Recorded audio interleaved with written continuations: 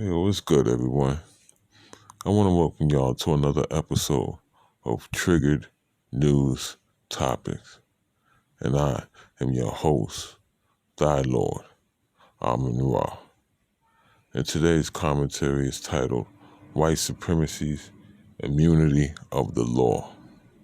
Let's get into it. The law is supposed to be a tool that keeps order amongst society.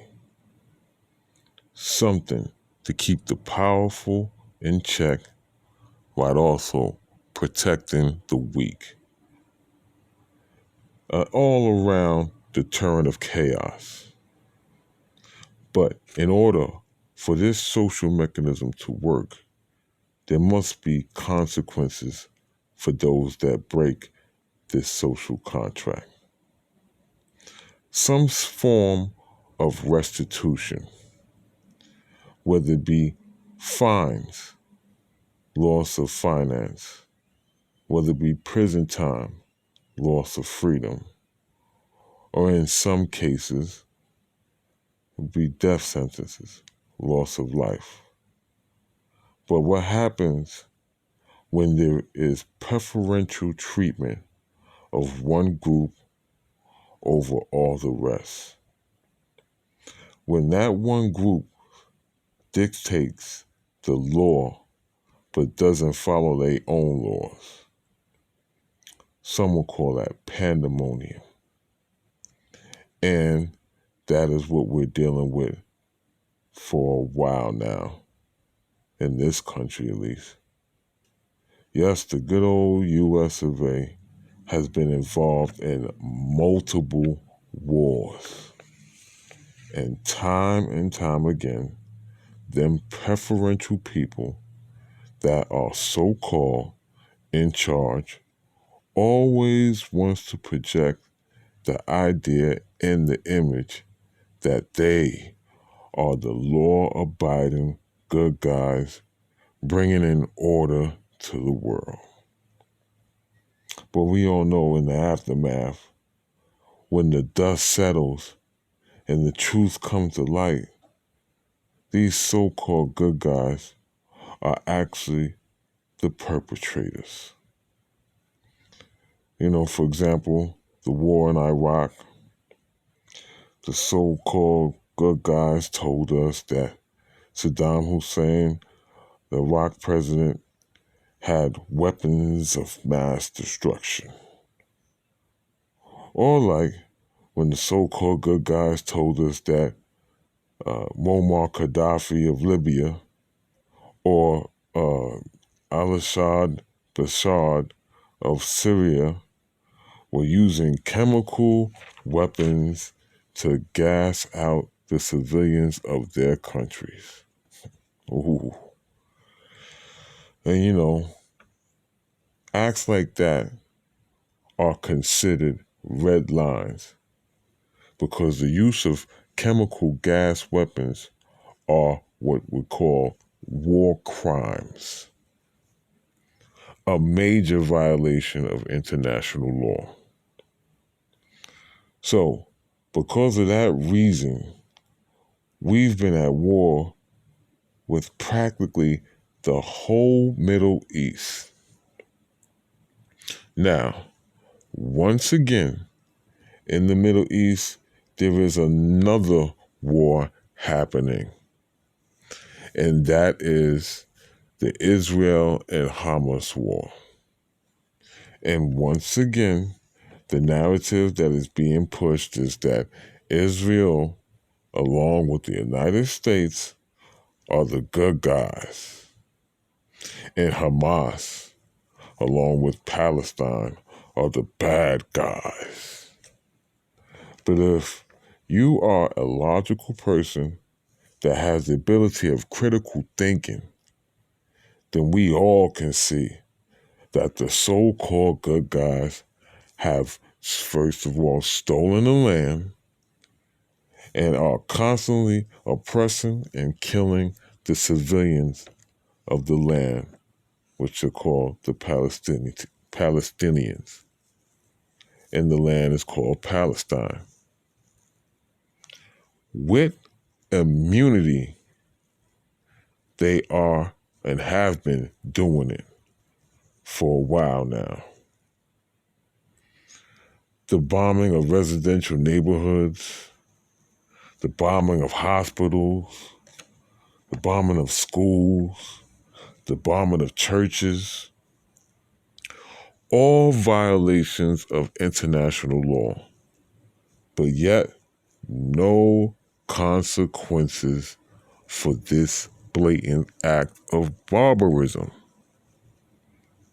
As we look in the news, the papers, we see the children, we see the babies, bodies being pulled out of the rubble with no repercussions, just a whole lot of talk, you know. Now, allegedly, from a leak from the United States media, allegedly, once again, Israel, along with the help of the United States military, wants to now use, guess what, people? Chemical gas weapons on the civilians of Palestine to get Hamas. Yes, let me say one more time. They want to use chemical gas weapons on the citizens of Palestine, more specifically the city of Gaza, just to get Hamas. And it's ironic because the same people that is always crying about how they were done and how they were victims of the Nazis and the Holocaust, sure as hell has no problems committing the same atrocities towards the Palestinian people. I say once again, they have no problems, as we all see, committing the same atrocities that the Nazis, so-called, did to them, they doing to the Palestinians right now. Yes. Yes, people. I mean, we've seen it for years, the forced relocation of the people, you know, the indiscriminate kidnapping and or killing of the innocent citizens. Oh, the same things that they claimed that was done to them by the Nazis, we see them doing to the Palestinians. And right now, we are watching the complete genocide of the people. And you know, this all reminds me of a saying, you know, something that Tariq Nasheed always said. And he says that these white supremacists practice a term called "I'm white and I say so." And it don't matter what nationality or what region or what religion. White supremacy is global. Okay? So, "I'm white and I say so" goes with this situation. And it's clearly so apparent that, I mean, I can't even speak about how clear and apparent to the world that we are all witnessing the eradication of a people, and nothing is being done to physically help these folks. And the crazy thing is these same people that claim they were the victims are committing the same atrocities, as I said before, even with the media, wiping out or trying to censor out the truth. So, people, this is the reason why I titled this commentary, White Supremacy's Immunity of the Law.